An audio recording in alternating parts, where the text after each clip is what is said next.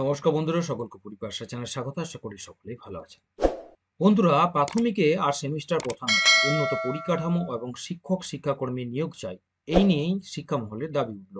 আজকে সেই গুরুত্বপূর্ণ বিষয়টি নিয়ে আলোচনা করতে চলেছি, তাই সকলকে বলবো ভিডিওটি প্রথম থেকে শেষ পর্যন্ত অবশ্যই দেখবেন ও বিস্তারিত অবশ্যই জানবেন।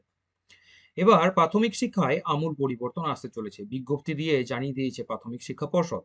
এবার প্রাইমারিতেও সেমিস্টার পদ্ধতি চালু হবে বলে জানিয়েছিল প্রাথমিক শিক্ষা পর্ষদ।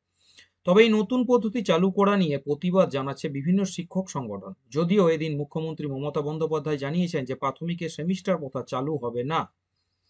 প্রাইমারি স্তরেও সেমিস্টার ব্যবস্থা চালু করা নিয়ে পদক্ষেপ নিয়েছিল প্রাথমিক শিক্ষা পর্ষদ। অর্থাৎ এবার থেকে প্রাথমিকে একই ক্লাসে দুবার করে পরীক্ষা নেওয়া হবে। এই নিয়ে প্রাথমিক শিক্ষা পর্ষদের সভাপতি গৌতম পাল মহাশয় জানিয়েছিলেন যে 2025 শিক্ষাবর্ষ থেকে এই নতুন পদ্ধতি চালু হবে। আসলে সর্বভারতীয় স্তরের প্রতিযোগিতার কথা মাথায় রেখে সেমিস্টার সিস্টেম চালুর সিদ্ধান্ত নেওয়া হয়েছিল বলেই জানিয়েছেন তিনি।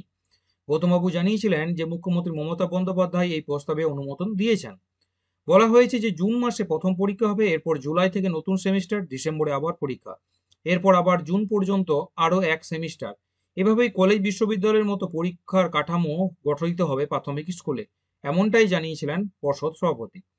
এই বিষয়ে শিক্ষানুরাগী ঐক্যমঞ্চের সাধারণ সম্পাদক কিঙ্কর অধিকারী বলেন যে পুরোপুরি অবৈজ্ঞানিক, ভিত্তিহীন এবং পরিকল্পনা বহির্ভূতভাবে প্রাথমিকে সেমিস্টার পদ্ধতি ঘোষণা করা হয়েছিল, যা নিয়ে শিক্ষা মহল থেকে তীব্র প্রতিবাদ ধ্বনিত হয়েছিল।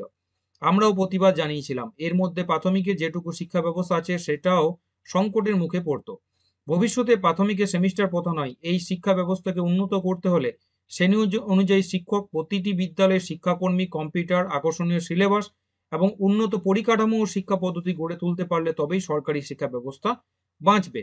সুতরাং যে ব্যবস্থা নেওয়া হয়েছিল যে সেমিস্টার চালু হবে, সেটা কিন্তু আপাতত বাতিল হয়ে গেল।